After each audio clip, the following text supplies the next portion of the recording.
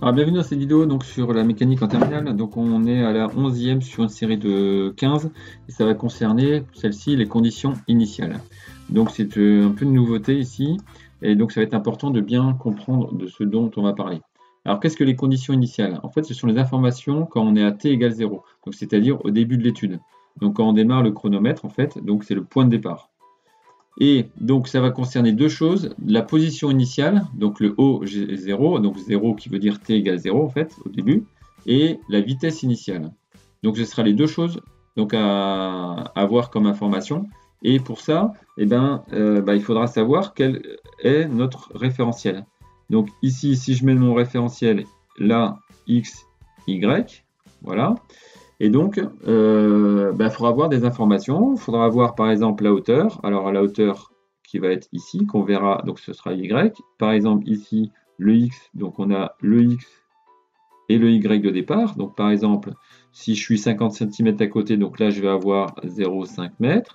Et puis si on est à 2 mètres, si le ballon est à 2 mètres de hauteur, donc on mettra 2 mètres ici. Voilà, donc ça me donnera les conditions initiales.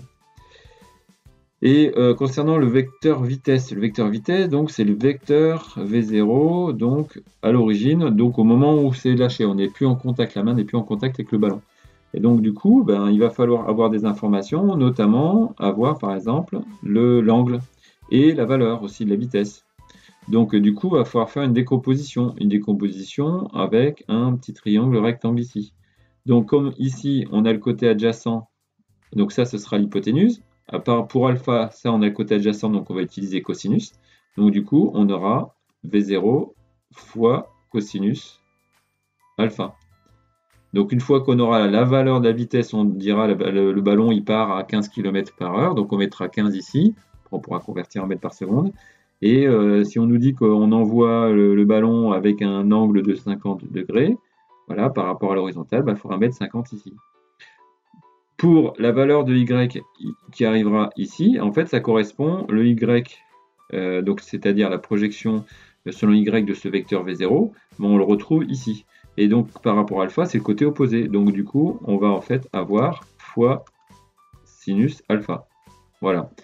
Donc du coup, il faudra qu'on ait des informations, la vraie vitesse, la valeur de la vitesse réelle, et puis l'angle également, et la position de départ par rapport à notre référentiel.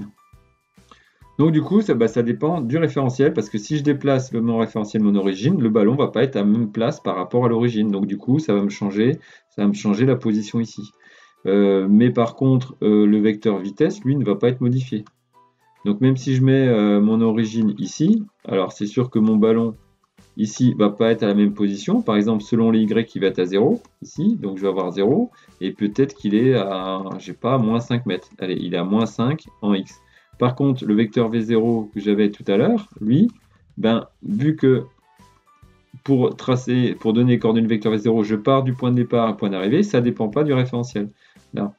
Donc du coup, je vais avoir toujours V0 cos alpha, et ici V0 sin alpha avec un petit fois au milieu. Voilà, lui, il ne sera pas changé. Par contre, la position, elle va être changée si je change mon référentiel. Alors, pourquoi il faut faire ça en fait? Parce qu'on va avoir des équations qui dépendent du temps, ce qu'on appelle les équations horaires. Une équation, elle est juste si elle correspond à la réalité. Donc, si on nous a dit que le ballon, il est parti de là, donc on va avoir une équation qui va nous dire que le ballon, il va faire ça. Si on nous dit une équation qui part d'un autre point, ça ne va pas aller.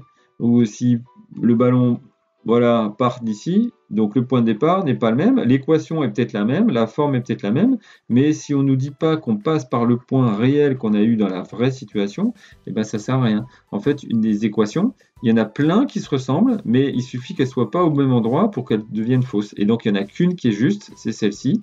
Toutes les autres, elles ont la même bonne forme, mais par contre, elles ne sont pas au bon endroit, donc elles sont fausses.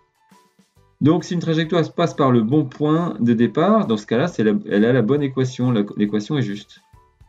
Alors, quand interviennent les conditions initiales, on a vu que l'on passe du vecteur position au g, au vecteur vitesse et puis au vecteur accélération par dérivation. Donc, si on fait dans l'autre sens, on a ce qu'on appelle l'intégration. On retrouve des fonctions qui sont des primitives. Donc, et à chaque fois qu'on trouve une fonction primitive, on a une constante d'intégration qui intervient.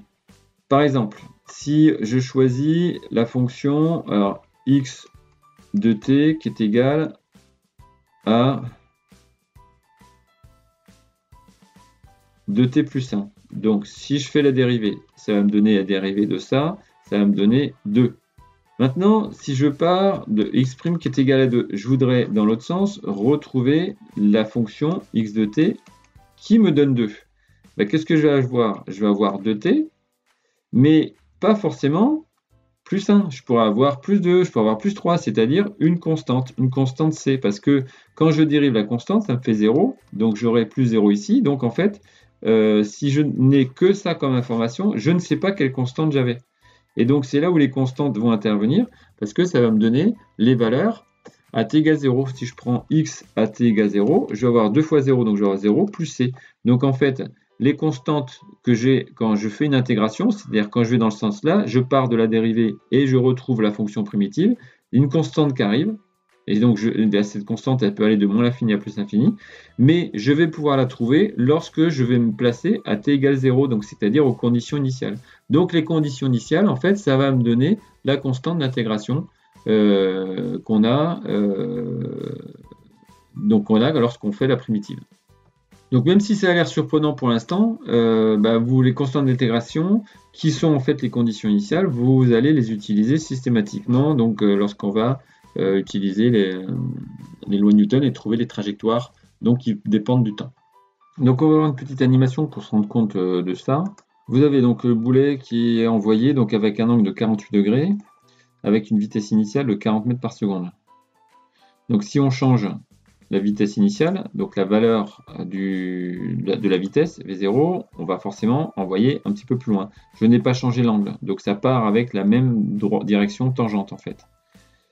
Si je garde la même vitesse, mais cette fois-ci un angle plus grand, cette fois-ci le tir va être plus en cloche. Donc un angle qui va être plus grand, on va partir de plus haut. Bon, ici ça va aller moins loin. Et là, j'ai changé en fait les conditions initiales concernant le vecteur vitesse. Évidemment, le chariot il bouge pas, mais le canon ne bouge pas. Mais si je pouvais le faire bouger, faire partir de là, on verrait donc du coup des trajectoires qui partiraient d'ici, qui seraient décalées plus vers la droite, mais du coup qui n'auraient pas les mêmes équations que les autres. Peut-être la même forme, mais comme ça part pas du même endroit, ça part pas de la même position de départ. Ici, pareil, donc un ballon est lancé donc avec une certaine vitesse initiale. Si j'envoie plus vite, donc le vecteur V0 va s'allonger. Si j'envoie moins vite, le vecteur V0 va se raccourcir. Donc j'envoie moins vite. Angle plus réduit. Donc là, c'est un tir un petit peu plus tendu. Donc je vais beaucoup moins loin. Et du coup, donc là, pareil, je pars à la position 0, 0. Donc je ne peux pas la modifier. Ah si, je peux bouger. Non, je peux. En fait, je suis en train de suivre la trajectoire. Si je relance, il va revenir au début. Ouais. Donc du coup, par contre, ce qu'on peut changer, c'est le lieu. Donc si je me retrouve sur Mars avec une gravité qui est plus faible, on voit qu'avec le même tir, je vais plus loin. Et si je vais sur la Lune avec une gravité qui est encore plus faible, 1,62, là je vais aller encore plus loin. Donc là, l'effet du poids est réduit, et donc là, sur la Lune, on bat tous les records olympiques. Et n'oubliez pas de liker, de partager, de vous abonner, de cliquer sur la petite cloche. Merci pour votre attention.